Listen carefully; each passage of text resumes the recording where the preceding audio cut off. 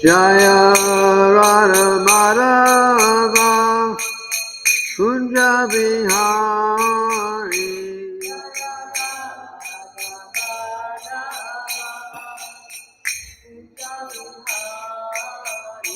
Jaya Radha Madhava Kunja Bihari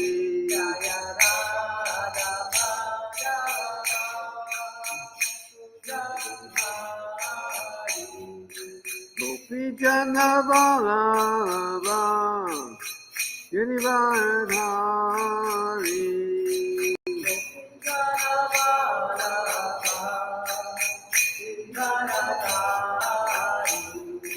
Gopi Jana Vallabha Girivardhari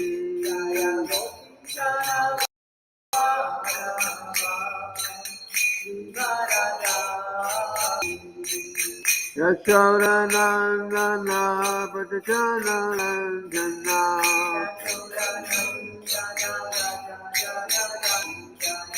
Yashoda Nandana Padjana Nandana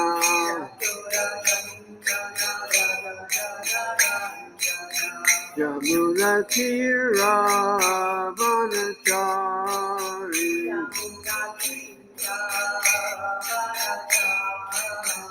Yamuna Tira Vanachari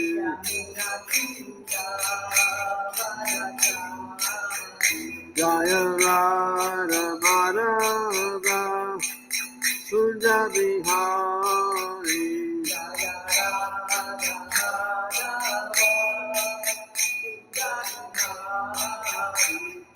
Gopi Jana Vallabha Girivardhari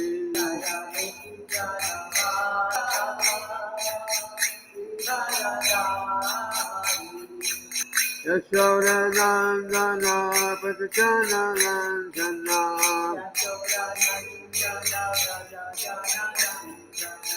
Yamuna Tira Vanachari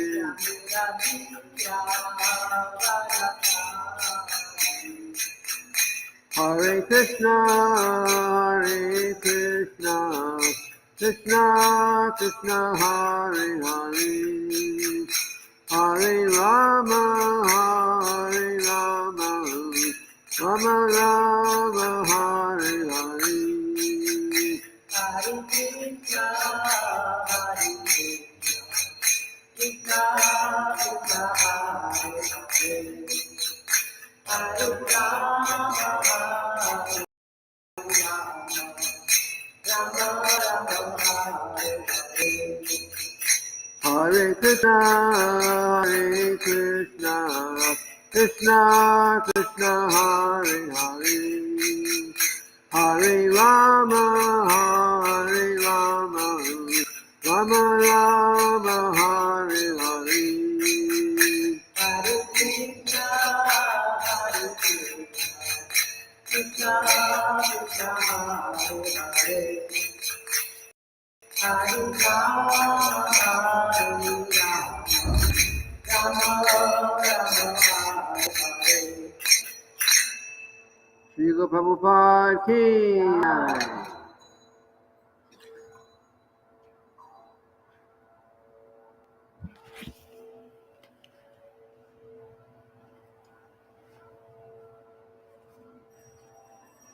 So we're continuing today to read from the Srila Prabhupada Nectar book. If you have the book, it'll be on page 319.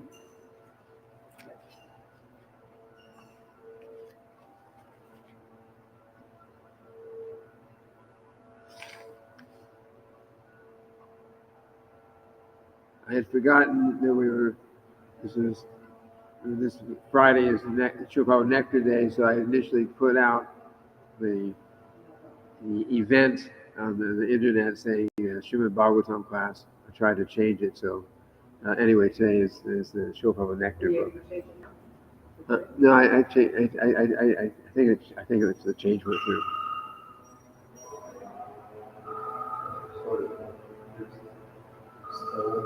Huh?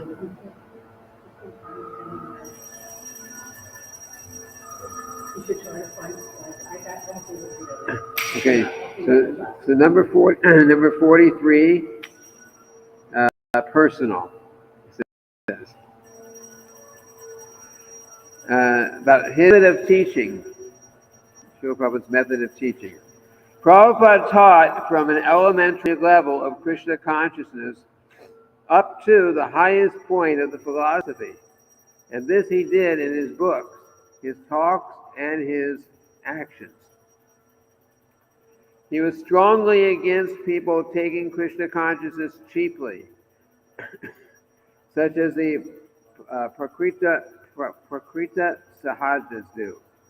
Therefore, he repeatedly stressed that one must first understand, I am not this body. As a compassionate teacher, Prabhupada gave people as much Krishna consciousness as they could assimilate and as was best for their advancement. But his writings ranged the gamut from preliminary teachings of the Bhagavad Gita all the way to the Chaitanya Charitamrita and the intimate Leela of Krishna and the Gopis. Furthermore, since Srila Prabhupada was preaching in the 20th century, he had to confront the heavy forces of atheism represented by Darwinism, Marxism, and Freudism. He wrote and spoke to establish God's existence, the need for God in the human society, Varnashram Dharma, and to defeat the scientific theory that life comes from matter. This defense of Krishna consciousness did not consist of very easily accepted lessons. Krishna consciousness had to be presented with logic and by boldly attacking the opposition.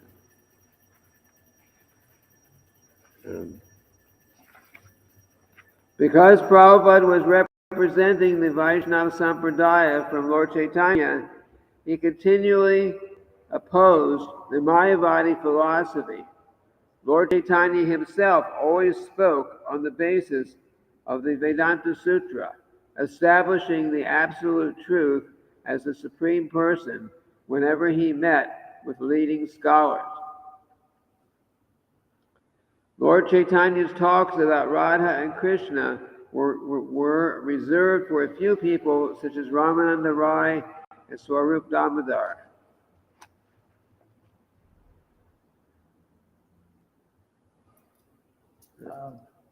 Mahara is going to do the Raj Bhoga again, but she's not going to serve me, please. I will serve you, please. Okay?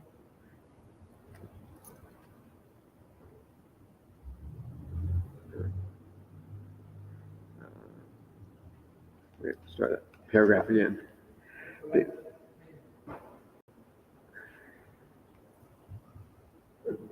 Because Prabhupada is representing the Vaishnava Sampradaya from Lord Chaitanya, he continually opposed the Mayavadi philosophy. Lord Chaitanya himself always spoke on the basis of the Vedanta Sutra, establishing the absolute truth as the Supreme Person whenever he met with leading scholars. Lord Chaitanya's talks about Radha and Krishna were reserved for a few people such as Ramananda Rai and Swarup Damodar. Srila Prabhupada followed this parampara of Lord Chaitanya by constantly giving arguments against Mayavadism and by stressing the chanting of Hare Krishna. Revealing the higher aspects of Krishna consciousness was a matter of time, person, and place. Srila Prabhupada gave the highest nectar, the Vrindavan Leela of Krishna, in a way fresher than ever. Rupa Goswami, prayer to Lord Chaitanya, praised the Lord for giving the highest truth more freely than anyone had given before. That is also true of Srila Prabhupada's magnanimous gift. Without discrimination, Srila Prabhupada presented the Krishna book in 1969 explained in the form of a summary study so it would not be misunderstood.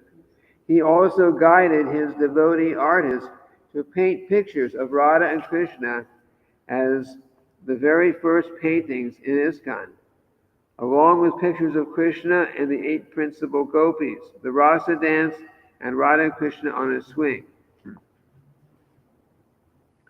In the Chaitanya Charitamrita, Krishnadas Kaviraj states that at first he hesitated to tell the most confidential Leela of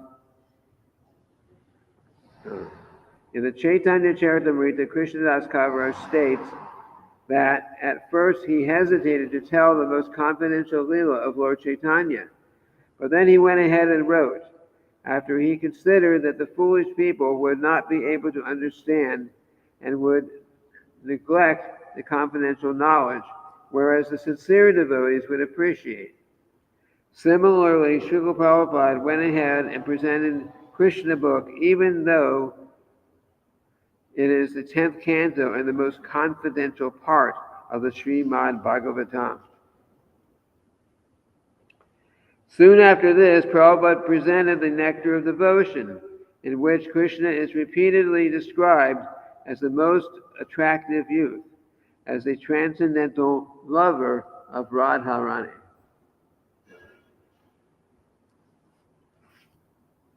As soon as Srila Prabhupada's followers became even the slightest bit advanced, Prabhupada brought them to a standard of worshiping Radha Krishna in the temple. Then he introduced the disciples to dressing, feeding, bathing, and putting to rest their lordships, Radha and Krishna. As a teacher, he trained them just as his spiritual master had taught. Don't try to see Krishna, but act in such a way that Krishna can see you. By unalloyed service in Krishna consciousness, by unalloyed service in the Krishna consciousness movement, by preaching, by taking the trouble to elevate the masses of people, by working when necessary with materialistic persons, a devotee would earn the right to understand more and more about Krishna. Srila Prabhupada was the topmost Paramahansa sannyasi, yet he appeared in humble saffron. He restrained himself from displays of ecstatic tears, although it was sometimes not possible to entirely restrain them. He showed the ideal behavior and balance in life that cannot be imitated, but only strive for and followed. Avaduta, or antisocial behavior, was not Prabhupada's mission, but rather he appeared as the perfect Vaishnava for all to follow in ISKCON.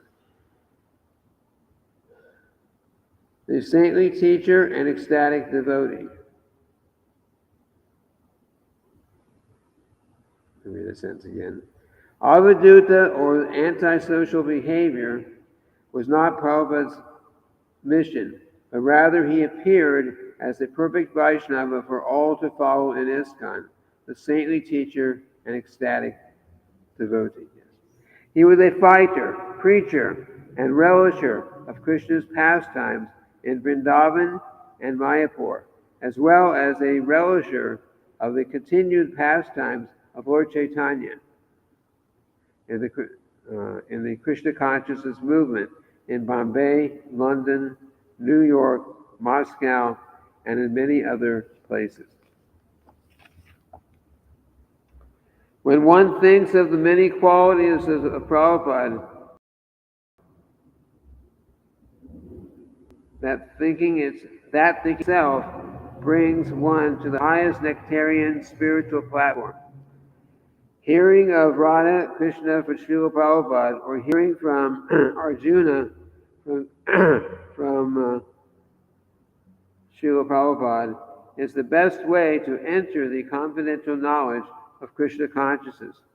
No one was a higher teacher or better realized knower of the Shastra, or a more compassionate worker among the people of this age.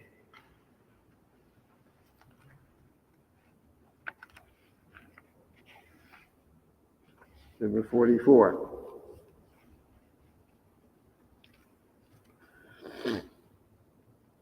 Uh, 44, realizations.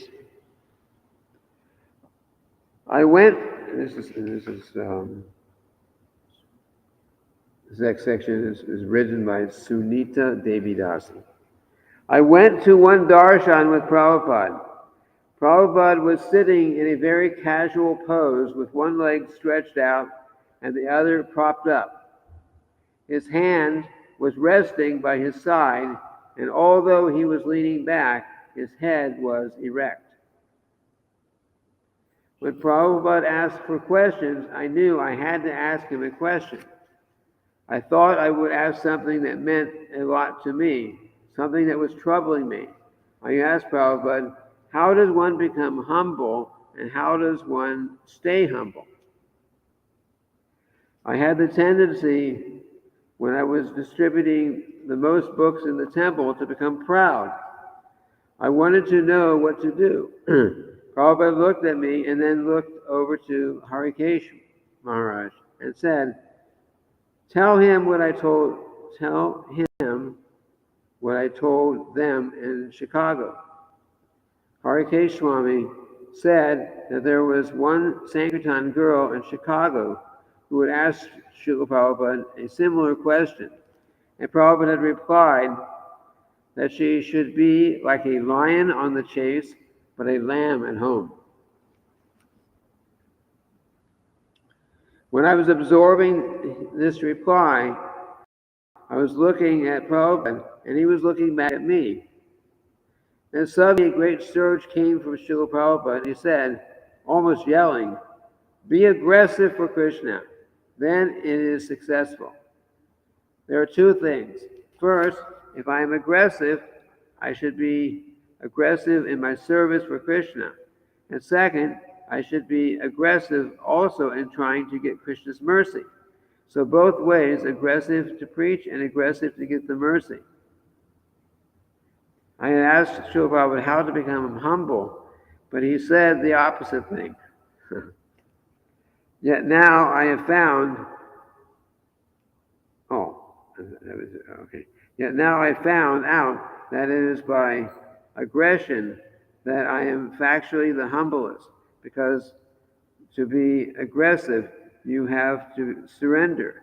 Within those few words, Prabhupada had actually given me the essence of Krishna consciousness.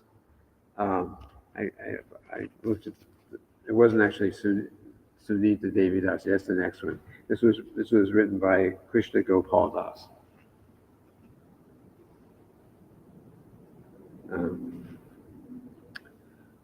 Bhumi Devidasi and I, so this part was written by Sunita Devidasi. Bhumi Devidasi and I were distributing books at the airport when Srila Prabhupada was departing. We had managed to get into the departure lounge. So no other devotees were there except Prabhupada, Jayadvaita, and Shrutakirti. We were in ecstasy, Bhumi and I, because here was Srila Prabhupada, but he didn't know we were there. We knew that he was there, and we told the people, see this gentleman? He's the one who wrote this book. He translated these books. People began to look at the books and look over to Prabhupada. We distributed many books in the half hour Prabhupada was there. Then Jayadvaita told Prabhupada that we were distributing his books. Prabhupada looked at us. He had a big smile and he was nodding his head. He was very pleased, and of course, this was a source of great encouragement for us. He didn't want any personal darshan. We didn't want any personal darshan. We just wanted Prabhupada to know that we were distributing his books.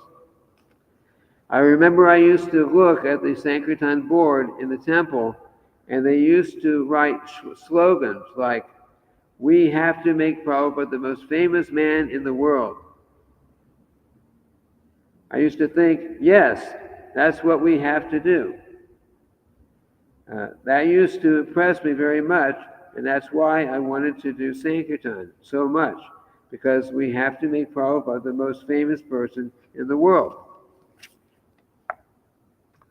Another time, we were again distributing books at the airport when Prabhupada was leaving.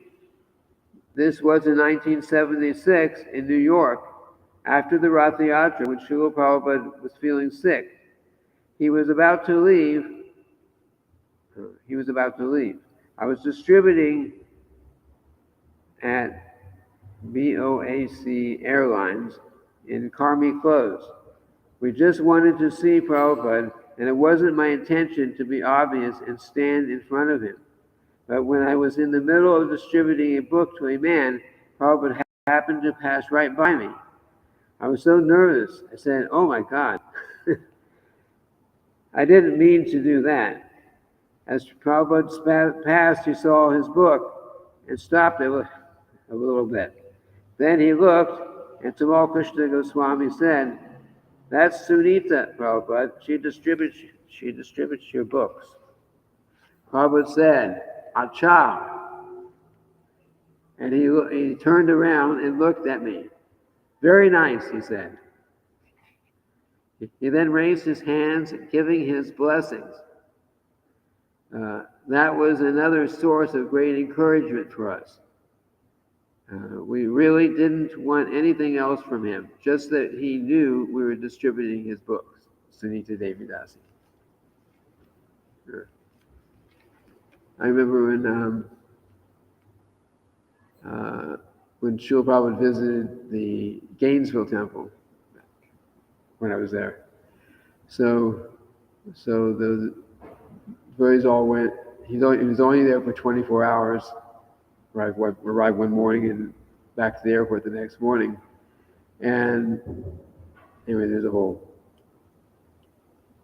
pastime, sort of, or armistice pastime, I should call it, when he was there. But in any case, what I wanted to bring up here related to this was that Srila Prabhupada was sitting there with, and there were, all the devotees that had come along, of course, all around Prabhupada, and Jaya Prabhupada, Jaya Prabhupada, like that. And he was not showing any real, he wasn't paying attention to it, actually. But off in the distance was one devotee, that was Hridayananda Maharaj, who was married at that time. He was our temple president at that time. And he was out there selling books. So Srila Prabhupada's eyes were on him only at that time. He was watching him selling his book and not really paying attention to the other maybe 50s that were sitting around him and trying to glorify him. So, okay, going on. Number 45, realizations.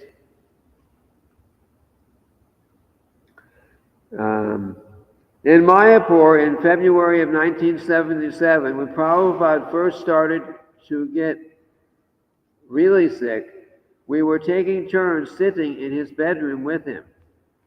He was lying in his bed, so one person would always have to be there. I had a shift of about 1 hour a day where I would sit next to Prabhupada's bed.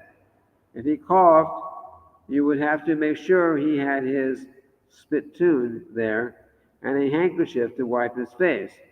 Or you would help him with his blanket or give him water or help him go to the bathroom. Things like that. Prabhupada was so sick that he was sometimes moaning and he would not sleep because he would be coughing so much. Sometimes he would fall off to sleep for an hour or so. I had been sitting there for quite a while. It was dark and Prabhupada was sleeping. Then all of a sudden he opened his eyes and said, "Have you ever been to Allahabad?" Allahabad? I said, "No, Srila Prabhupada." Prabhupada went,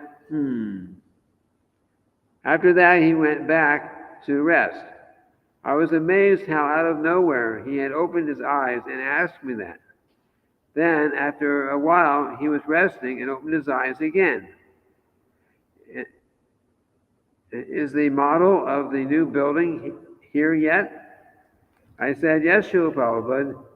Surabi Swami brought it. It is just outside the window. Prabhupada said, ah.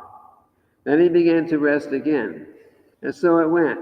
He would sleep for some time, then suddenly open his eyes and ask a very specific question, then go back to sleep again. I could see that he wasn't like us. When we sleep, we just go completely unconscious. Even while moaning and coughing, sleeping, Srila Prabhupada was meditating on preaching. This was written by the lady named Radha Ballabhadas. Not the Radha Ballabha we know here. This is before.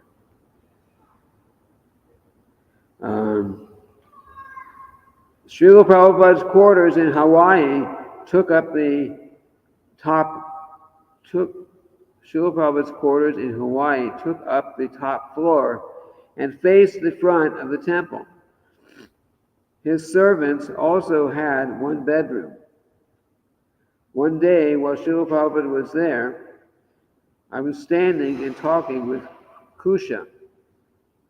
We were redoing Prabhupada's Vyasasan and talking about the best type of glue to put on jewels. I was going on and on about when I was in New Dwarka. We used a certain kind of glue. All of a sudden, someone came over and said, do you know that Srila Prabhupada is standing by the open window listening to everything you were saying? We looked up and immediately paid our obeisances. I felt so embarrassed. He was just watching us the whole time. Later, I reflected on the experience and realized that if we just remember Prabhupada, he is always with us. We can carry on whole conversations as if Prabhupada is standing there listening, and our dealings and everything should be conducted just as if Prabhupada was here. He is with us. As much as you love him, that's how much he is present in the heart of the disciple. This is written by Sangeeta Devi Dasi.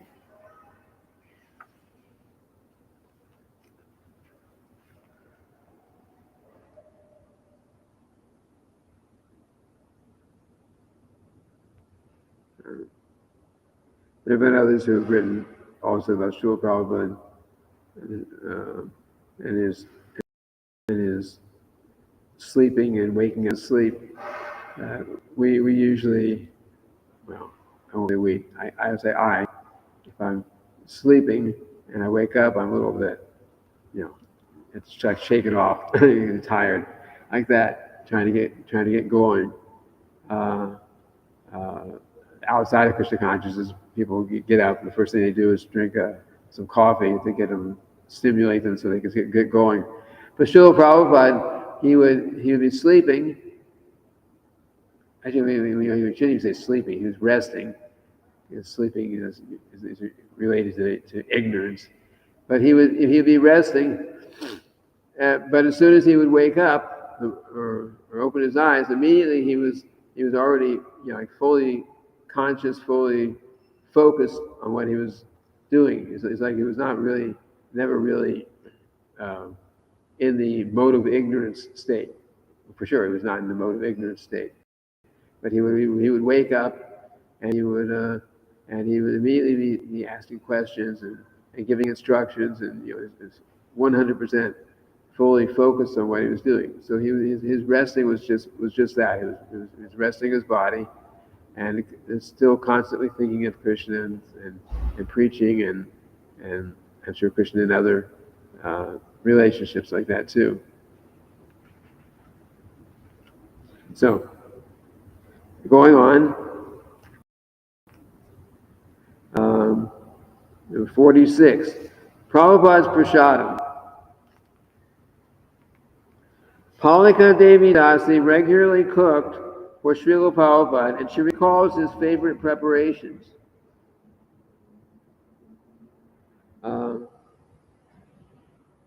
A first favorite for Prabhupada was always kachoris, especially urd dal kachoris. In sweets, he liked sandesh and rasgullas. Also, he liked a good hot jalebi. With every meal, there had to be a bitter vegetable made with chlorella, bitter melon, or neem leaves. He liked neem Vajan very much, a preparation mentioned in the Chaitanya Charitamrita. Prabhupada loved urd dal, and he taught me to make it with fennel, uh, ginger, and asafoetida. All of these must be in the chants. Actually, Srila Prabhupada enjoyed a wide variety of foods. Once for weeks, he would have khichdi daily with vegetables in it, and lots of ghee, and hot puris, and vajan bhagi, deep-fried eggplant. That and nothing else. I would put the khichdi in his big rice bowl, and sometimes he would ask for seconds. If Srila Prabhupada was hungry in the evening, he would take different things according to his taste. Many times a ghee vegetable and puris with hot milk. I would generally use mishri, sugar candy or rock candy, rather than sugar. Sometimes he wanted milk only, or a tangerine. Sometimes he would have muri, or puffed rice, with peanuts and milk. I remember a few times he would request me to make a dish or two of sandesh. Remember, he would request me to leave a dish or two of sandesh on the bookshelf in case he became hungry while translating at night. He always, but always, except once or twice, however, the sandesh would be there in the morning. Also, for months, Srila Prabhupada had me prepare badas and coconut chutney for breakfast and dahi badas for lunch. He liked these preparations and he remarked on them often. He had yogurt with his lunch every day. As time passed, it became a rule that whenever there was khichdi, there must be kadi.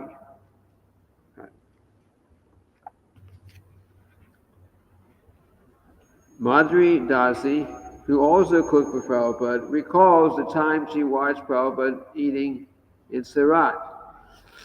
One day he finished his lunch and they gave him a whole banana. Prabhupada started to peel the banana, but I never saw anyone peel a banana like he did. He didn't touch it at all with his left hand. He picked it up in his right hand and started to peel it with his teeth, pulling the strips down with his teeth, and then picking out the white part in the center. Then, pulling the white part away, he let the whole banana skin drop from his teeth. He did all this without touching it with his left hand. Yeah, Prabhupada never used his left hand for eating at all. Why? Huh? Why not use the left hand? Right hand is for eating, for chanting. Left hand is for dirty things, like when you go to the bathroom, you clean, like that.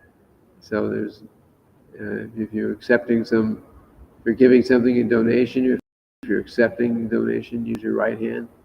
If you're bathing the deities, you're not supposed to touch them with the left hand.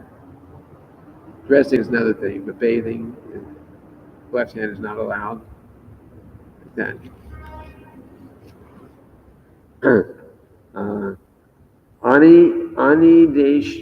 Ani Deshavapur Das used to cook for Prabhupada in Mayapur, and he noted Prabhupada's particular taste for golden raisins. Ani Deshavapur, no, sorry. We gave Prabhupada different kinds of dried fruit. He liked golden raisins from China. Aside from these golden raisins, of course, there are the regular black raisins and also common golden raisins from the West. In the West, they take black raisins and put sulfur in them and turn them golden. Once a devotee who knew about natural foods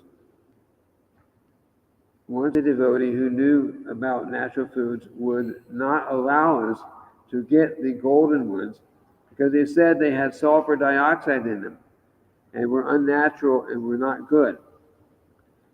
They gave Prabhupada the black raisins. Prabhupada looked at them and he wasn't very happy. He said, "These look like little black flies. You don't have the gold ones?" Yeah, the golden raisins come naturally from China. They're gold. They're naturally gold. The ones in the Western countries are processed in that way. So he didn't like the flies like bugs. They look like.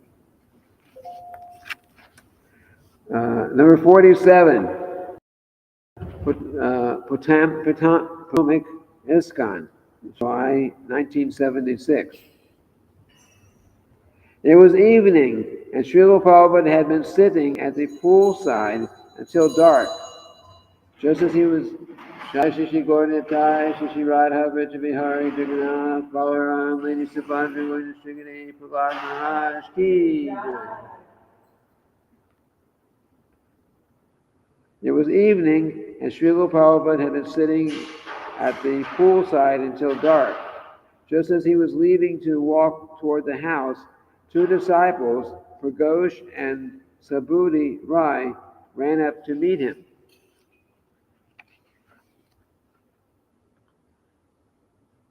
These are some of the boys who are distributing books at the airport, Prabhupada, said Harisari. The boys had thrown themselves on the ground or were uttering obeisances, while Srila Prabhupada greeted them heartily. Jai! As the devotees stood up, Prabhupada asked them, "You were coming back so late?" "Yes, Prabhupada." "So what was your score?" asked Prabhupada. "Between Vaisheshika and I," said Pradosh, "we did 130 books." Prabhupada raised his hands and said, "Jai, victory!" And then he began to walk slowly towards the house.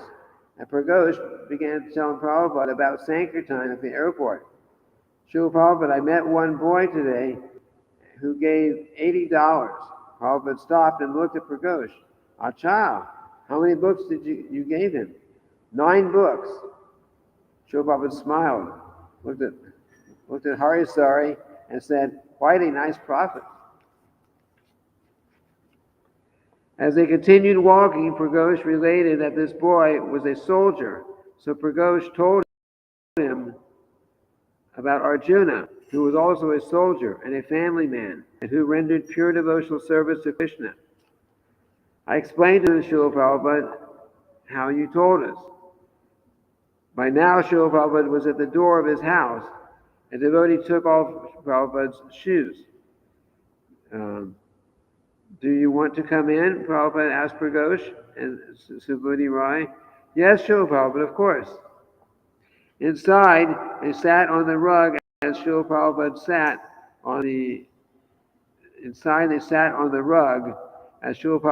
on the couch. Only a small light illuminated the room. "So how are they liking the books?" said Prabhupada. Pragosh then told about the soldier from North Carolina who said that there were 9 soldiers in his base who met every Wednesday night and read Bhagavad Gita together. Our Bhagavad Gita? Srila Prabhupada asked innocently. Yes, Srila Prabhupada, your Gita. Just see, says Srila Prabhupada. When Harisari explained that Pragosh had been working for years with Tripurari, Prabhupada asked about Tripurari's well-being. He also asked about Drishtajumna and said that he was a very good devotee. But Pragosh said that he was connected with the New York temple. Srila Prabhupada asked if they were distributing prasadam there. He specifically asked if they were selling kachoris. Srila Prabhupada asked about Bali Mardan, who had left the movement for years and had just returned. Prabhupada suggested that Bali Mardan cook kachoris because he makes the best. Turning to Subhuti Rai, Prabhupada asked where he was from. I was working in India with Gargamuni Swami, said Subhuti Rai. It was nice, but there wasn't much time for reading. Prabhupada replied, anyway, they are working hard. And he didn't seem to want to hear the criticism. After a few moments, Prabhupada asked that the devotees be given prasadam. His cook gave them cups of mango ice cream. Nice. Taking the ice cream outside, Pragosh and Subhuti Rai sat down by the temple and looked at the ice cream in ecstasy, trying to remember the whole experience and Prabhupada's reciprocation with them.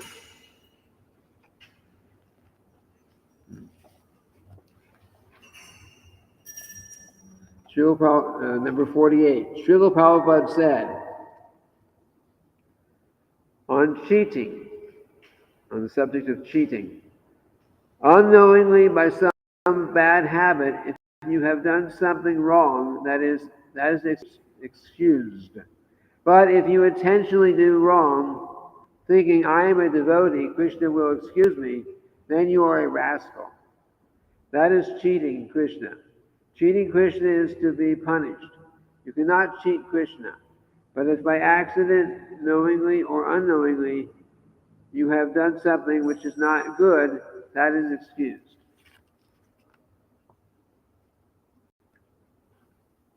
Next paragraph. Why are we always being cheated, Srila Prabhupada? The question was asked by Dhananjaya, a co-manager of Vrindavan ISKCON, during the morning walk. Srila Prabhupada's reply was fiery, because you want to cheat Krishna. When you stop wanting to cheat Krishna, then you will stop being cheated.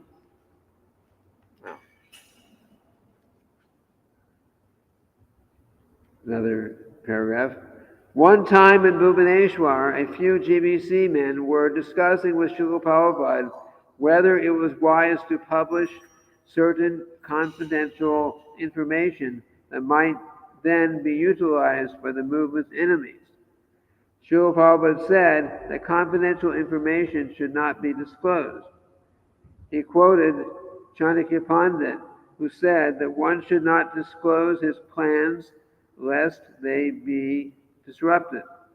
Prabhupada said that when one is dealing with cunning people, he should also be cunning, or else they will take advantage. Next paragraph. In 1968, when Srila Prabhupada was seeing Shivananda, the first devotee to go to Europe, off, Prabhupada warned him to be careful.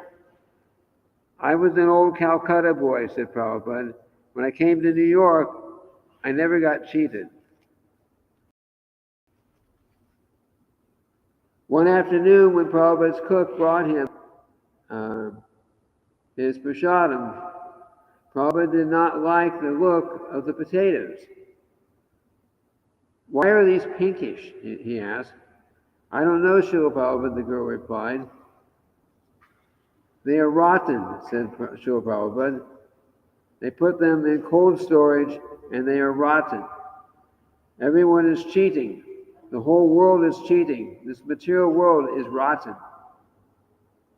Later in the afternoon, Srila Prabhupada talked further with the devotees about the rotten potatoes and how it was an indication of the material world's cheating.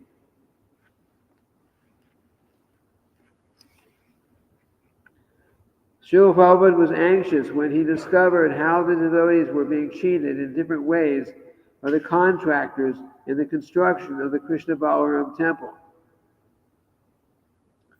One morning, Prabhupada was examining the outside of the building when there was an unusual mixture of patterns. Prabhupada decided that the stone patterns were another form of cheating. They have given you rejected stone and made this arrangement, said Prabhupada. One of the devotees argued, but Prabhupada, actually it is a pattern. They had to turn here in the wall, so they made a different pattern. Prabhupada said the explanation was nonsense and that it was not a pattern. The contractors had given them rejected stone and charged them for good stone. The devotee, however, persisted in his explanation. But Prabhupada, it is a pattern. Actually, it's a pattern. Yes, it is a pattern, said Prabhupada. It is a clown's pattern. And you are a fool for thinking it is a pattern.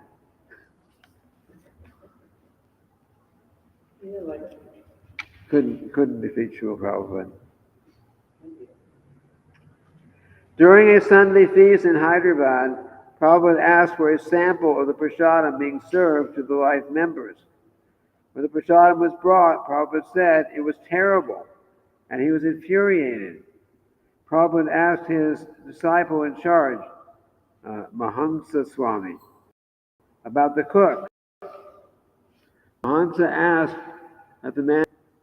Mahamsa explained that the man was hired but was a Brahmana cook, and he even wore a thread.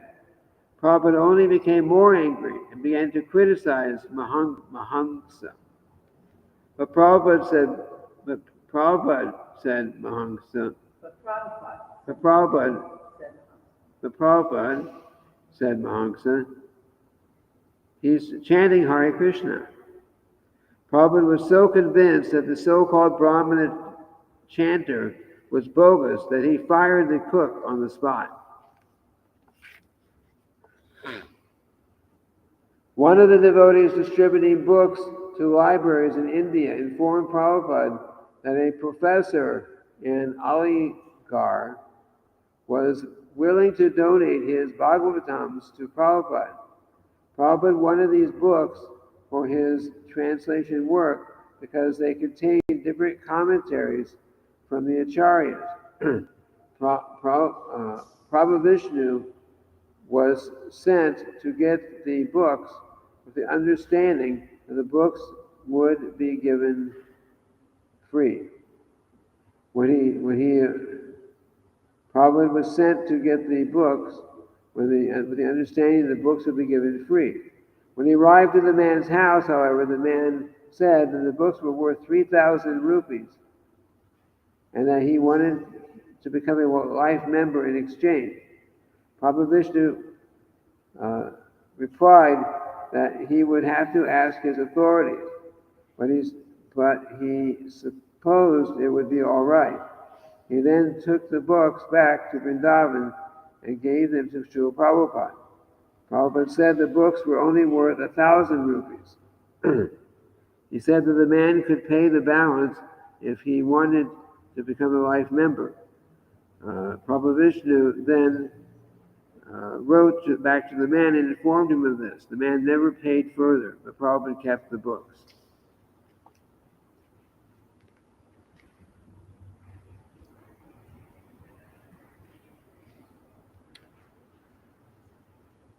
Number 49. Little drops of nectar. think this will be our last section. Little drops of nectar. During one visit in Los Angeles, Srila Prabhupada became quite ill. The devotee suggested that they should not come down for the class and that someone else could give it. I have to go, said Srila Prabhupada, because if I do not go, then they will all use it as an excuse not to go when they are sick. The devotees then volunteered to carry Prabhupada down the stairs, but he insisted on walking, saying that if they carried him, it would be an embarrassment. However, Prabhupada's throat was so congested that he did not give the class that morning. He sat on the Vyasasana and attended, just for the sake of his disciples.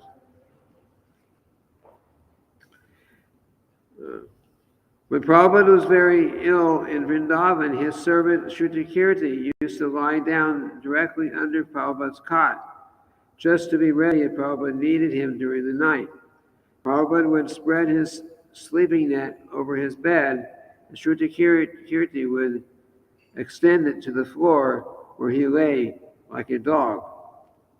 One night, however, Srila Prabhupada got up and tried walking without calling for his servant.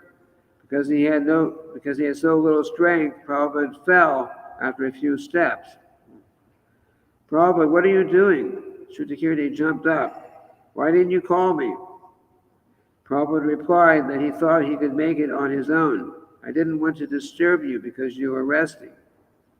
Shrutikirti protested that he was there for that reason, to help Prabhupada. Prabhupada replied that he thought he had the strength, but now he saw that he did not. When Shilavati, yes. When Shilavati Devi Dasi introduced a new improvement in the deity worship, she wanted to make sure that Prabhupada noticed it, and she hoped he would praise her.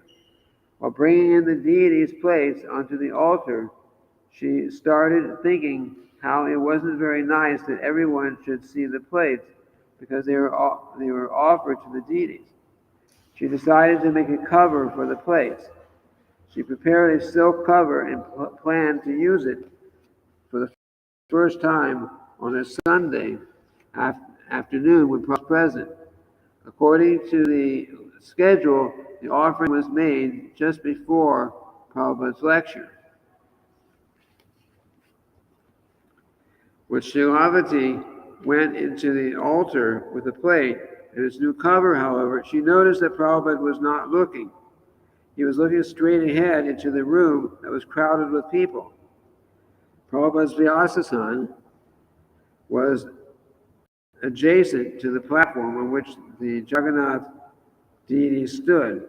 Deities were covered by a curtain, and it was pulled by hand and went around them like a shower curtain. Shilavati was sorry that Prabhupada was not noticing her new cover, but she went ahead anyway, picked up the cloth from the plate, and began to walk with the curtain, closing it before the deities. Before she could close the curtains, Prabhupada leaned toward the microphone and said loudly, "You have gone to all the trouble to make that cover so that no one will see the offering, and yet you have taken the cover off before you have closed the curtain. This is the action of a fool." Shilavati was probably maybe one of the first pujaris in all of ISKCON. She was already well into doing deity service when I joined the movement. Yeah. So. What was Prabhupada sick with? Was that a disease or just no disease or what was it? I don't know exactly. Nobody knows, huh? Because it's not stated anywhere. Yeah, it wasn't so much. Just old age. Prabhupada's body was breaking down. You know, you think he was at the end of his life. It was in the 80s, early 80s. He had already had previously 3 times heart attacks. He was constantly, he never stayed in one place more than 3 days. You know, we know what it's like. We take a trip to India. Probably takes us a week to recover, to recuperate, so we can do something once we get there, or coming back. But Srila Prabhupada was every day, or every 3 days on the average, he was in a new place, and whatever time he got to the place, he would, even if he got there at 11 o'clock at night, he would be up at 1 o'clock in the morning writing his books for several hours, plus so much other preaching. Yeah, so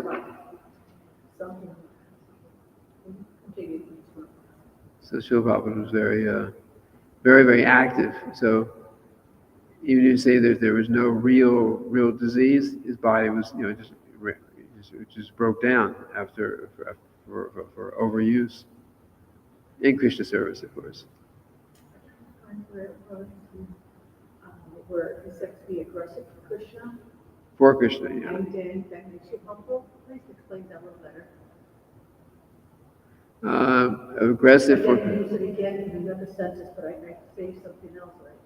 Yeah, aggressive for Krishna and aggressive to get the mercy of Krishna. Aggressive in preaching. So he was saying, just like being they say a lion on the chase, and a lion on the chase, and a lamb at home, or a lamb back in the temple, like that. What does it mean, lamb at home?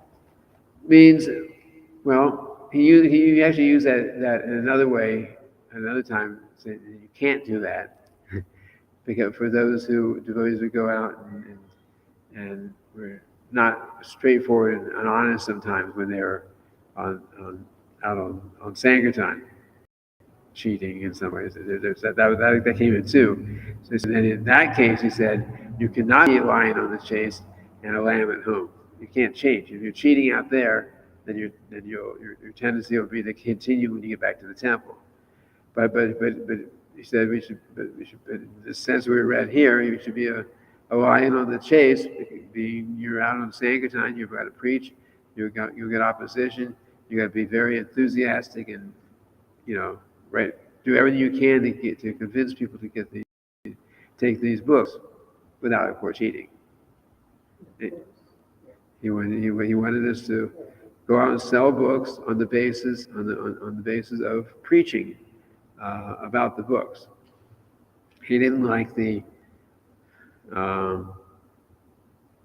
it's like sometimes devotees different places they would get candy. I guess hopefully they offered the candy.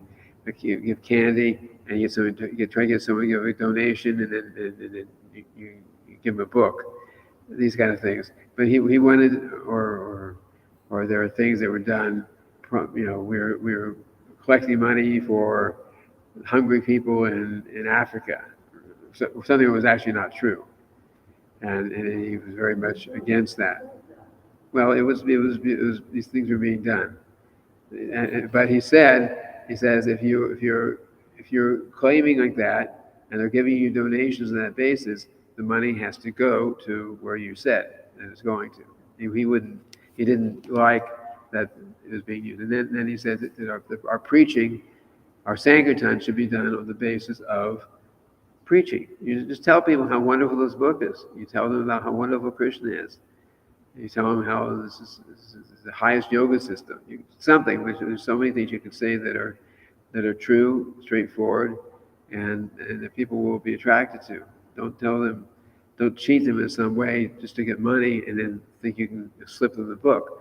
Because what did happen, is people, when they finally got the books on the basis of some cheating, then they say, they cheated me, they gave me this, they throw the book away.